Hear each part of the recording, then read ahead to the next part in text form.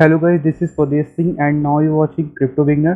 तो गाइस, आज की वीडियो में हम कवर करेंगे एक बड़ी न्यूज़ अमेज़ॉन की तरफ से। ये गाइस मैं थोड़ा देर में कवर कर रहा हूँ और इस वीडियो को मैं कल बनाने वाला था जब ये न्यूज़ आई थी। पर जैसे ही मैं आज वीडियो बना रहा हूँ तो न्यूज़ में एक बदलाव आ चुका है। जो अफवाह फैल रही थी कि अमेज़ॉन एंड ऑफ जुलाई तक बिटकॉइन या बड़े जैसे कॉइन इथेरियम ऐसे कॉइन्स में पेमेंट एक्सेप्ट करना स्टार्ट कर देगा।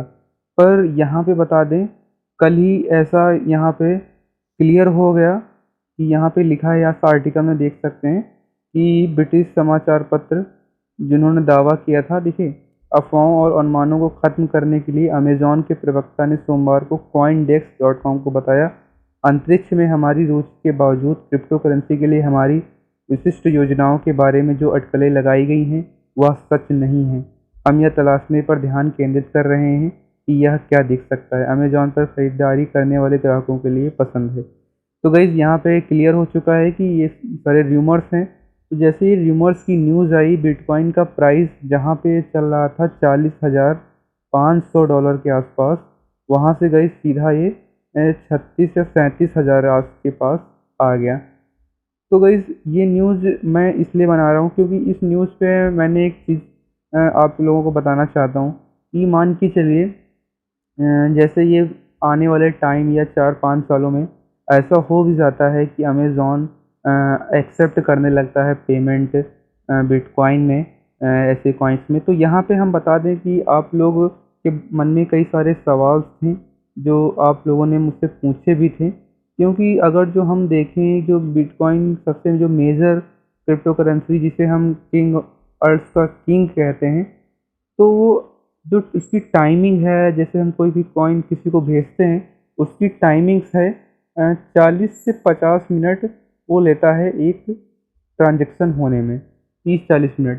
तो अगर जो इस तरह से ट्रांजैक्शन होगी तो ये एक सोचने वाली चीज़ है। तो इस चीज़ को दूर करने के लिए गाइस, सिंपली इसका जो आंसर है, जैसे हम कोई कॉइन किसी को भेजते हैं किसी दूसरे को, तो वहाँ पे क्या होता है कि हम बाइनेंस में कोई दूसरा नेटवर्क सेलेक्ट करते हैं। जैसे हम इथेरियम पे सेलेक्ट करते हैं, तो इथेरियम गाइस सबसे फास्ट है।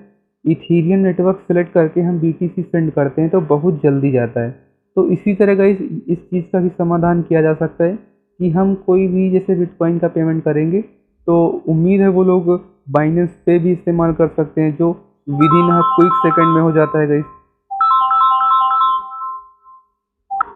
और गाइस, जो दूसरी प्रॉब्लम है वो प्रॉब्लम आप लोगों ने बताई थी कि बिटकॉइन का जो फ्लक्चुएशन होता है, इतना कम ज़्यादा, 1 मिनट में इतना, 1 मिनट में नीचे। तो दूसरा जो बंदा है, जैसे हमने 10 रुपये पे ख़रीदारी की, वो 20 रुपये हो गए। तो इस चीज़ को गाइस कैसे किया जाएगा? तो गाइस, यहाँ पे बता दें, एक चीज़ और थी कि अगर जो बिटकॉइन की कीमत बढ़ेगी, जैसे हम किसी को पेमेंट करेंगे, तो वो स्टोर करना, उस चीज़ को स्टोर क्यों करेगा? वो तो जो इस चीज़ को स्टोर ही करेगा तो सब लोग स्टोर करेंगे। तो ये भी एक सोचने वाली बात हो गई कि बिटकॉइन फिर स्पेंड करना कौन चाहेगा? जब सब लोग जानते हैं कि बिटकॉइन की वैल्यू बढ़ेगी, तो बिटकॉइन से पेमेंट करना कौन पसंद करेगा? तो गाइस, ये सोचने वाली बात है। पर जैसा हम देखते हैं कि हम जब भी अपने बाइनेंस ऐप में कोई भी चीज़, कोई भी करेंसी है, तो उसको हम विथड्रॉल करते हैं, तो हम खर्च करने के लिए उसे हम विथड्रॉल ज़रूर करते हैं, पहले बैंक में विथड्रॉल करते हैं। तो इस तरह तो हम गाइस कोई खर्चे के लिए सीधा हम वहाँ पे सेल भी कर सकते हैं। मान के चलिए आपके बाइनेंस वॉलेट में बीटीसी पड़ा हुआ है, तो यानी यूएसडीटी पड़ा हुआ है, स्टेबल कॉइन, जो कि आप खर्चे के लिए रखते हैं, वो बिल्कुल स्टेबल है।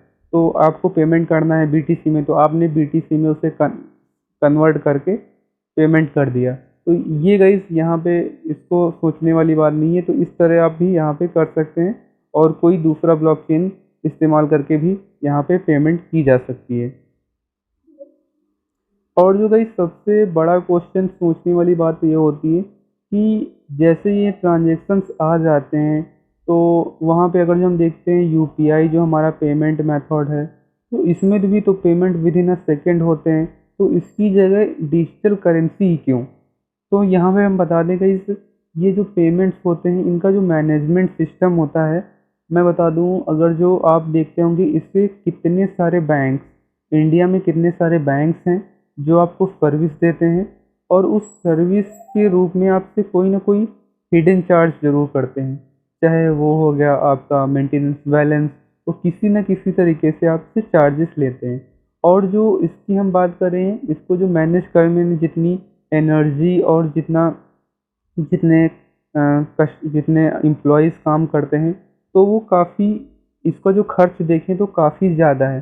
अगर जो यही चीज़ यहाँ पे गाइस क्रिप्टो करेंसी या डिजिटल ब्लॉकचेन पे चीज़ आ जाती है, तो वहाँ पे आप देखेंगे कि वहाँ पे एक प्रोग्राम ही होता है जो ऑटोमेटिक गाइस वहाँ पे वर्क करता है। जो माइनिंग मशीन होती हैं, उसमें से ऑटोमेटिक प्रोग्राम वो माइनर करते हैं। तो वहाँ पे उसकी अपेक्षा वहाँ पे आपको बहुत कम ही सस्ते यानी दामों में और बड़ी से बड़ी पेमेंट संख्या को मैनेज करने में काफ़ी आसानी होती है, जो सबसे मेजर चीज़ है गाइस। तो गाइस उम्मीद है आपको वीडियो समझ में आ रहा होगा। तो गाइस यहाँ पे बात करें, कुछ ऐसी चीज़ें हो जाती हैं जो मेरे साथ हुई। मैंने कभी भी एक रिचार्ज किया था अपने जियो के मोबाइल में, तो उसका जो ट्रांज़ैक्शन है वो फ़ेल हो गया था और कुछ 2-3 महीने बाद मैंने रिफ़ंड के लिए इंक्वायरी की, तो वहाँ पे गाइस बता दें जो मेरे पास डिटेल्स थी वो थी नहीं और वो आज तक मेरा रिफ़ंड नहीं आया। तो गाइस ये काफ़ी सारी चीज़ें सोचने, काफ़ी लोगों को दिक्कत का सामना करना पड़ता है। और जो हमने बात की इसको मैनेजमेंट के लिए जितना खर्च आता है, तो उसकी अपेक्षा जो डिजिटल यानी ब्लॉकचेन है वो काफ़ी यहाँ पे आपको रिड्यूस कर देगा, काफ़ी आसानी से करेगा और सस्ते दाम में ये सारी चीज़ें होंगी। और यहाँ पे गाइस जो रिज़र्व बैंक इंडिया है, वो भी अपना प्लान कर रहा है आने वाले 5-10 सालों में यहाँ पे अपना खुद का एक डिजिटल कॉइन वो लाएगा। तो गाइस यही थी आज की न्यूज़, ये वीडियो। आपको वीडियो कैसा लगा तो वीडियो को लाइक करके ज़रूर बताना और मेरे चैनल को सब्सक्राइब करना ऐसी वीडियोज़ देखने के लिए। तो मिलते हैं अपनी अगली नई वीडियो में, तब तक के लिए दोस्तों नमस्कार, जय हिंद, जय